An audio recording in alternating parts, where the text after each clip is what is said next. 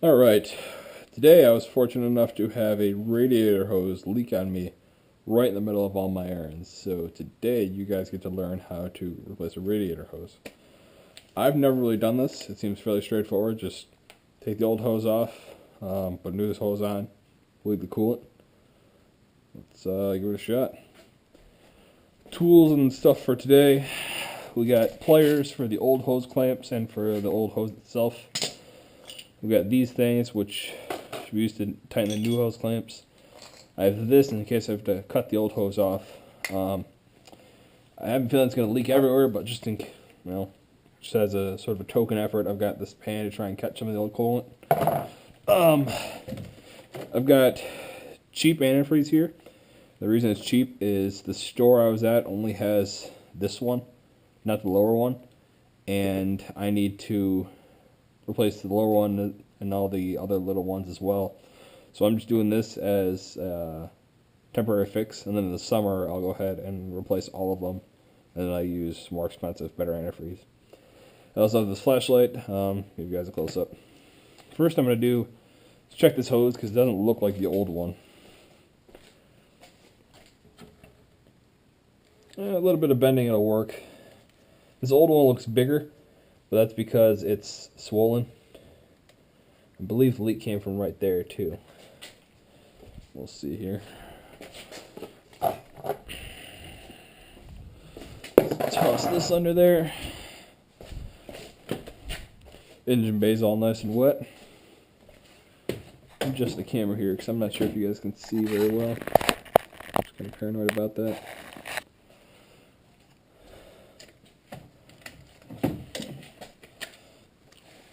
Alright, we're going to take off this clamp and this clamp.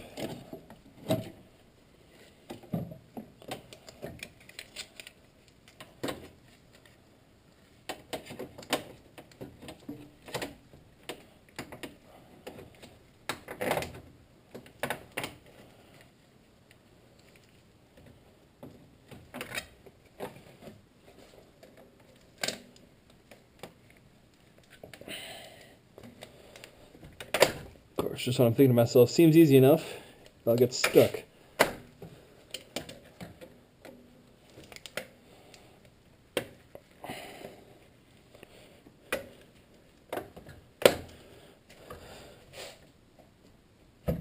Oh shit.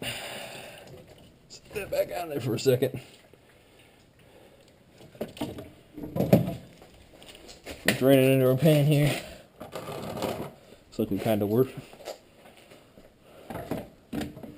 Guess we'll take off from the radiator side first. A little bit of loosening in here. If you do this, you gotta make sure you don't go too tight and crack the radiator because I don't think that's metal up there and it'd be very easy to break it. There we go. I guess I'll try and have the old hose just ready to go.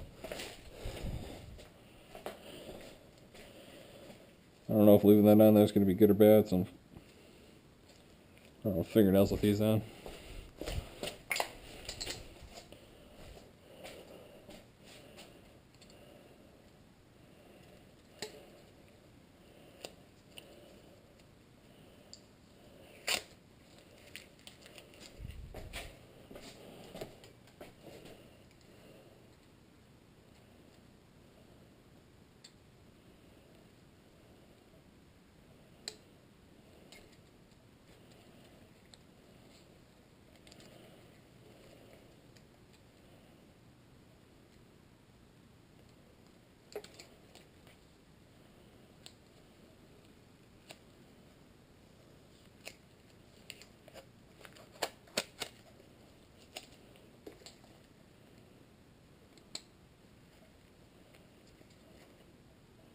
I don't know if you could see it, but while I'm doing this, I'm obviously being very careful not to puncture the hose.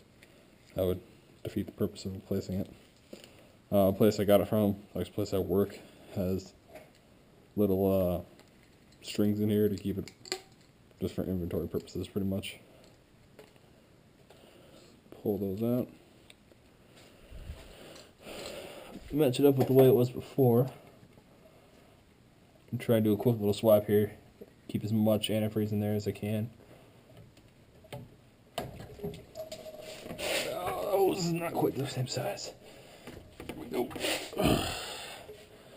Old hose. Yep, puncture's right there. I don't know what the inside of it looks like. I don't know what it's supposed to look like on the inside. It doesn't look that bad in there. It just looks like the inside of a hose would look like. Alright, let's get some new clamps on there. Let's set that aside. See if I can harvest the old ones for now. What I'm kind of worried about here is this water neck just dripped a ton of antifreeze right on top of my transmission connectors. I think those are for solenoids or something like that. So hopefully I won't have any issues. If not, or if I do, I just unplug them and shoot some compressed air down there. I guess I should have put this on beforehand. I'll loosen it up just a tad.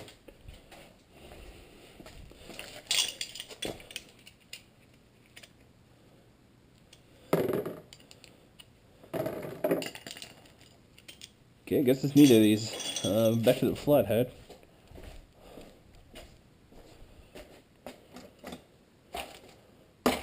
Oops.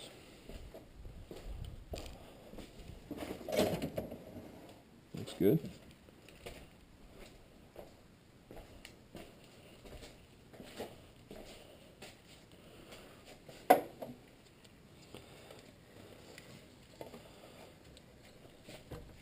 Scoot that on there as much as I can.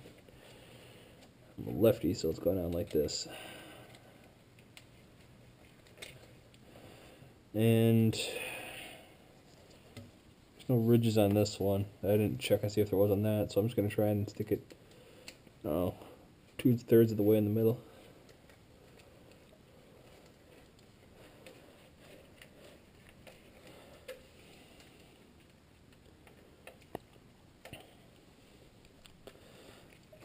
Seems tight enough. What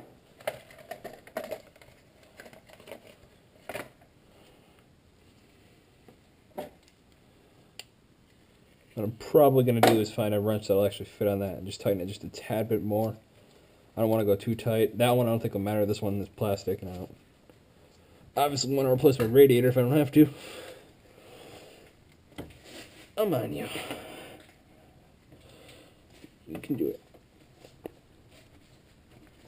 There we go.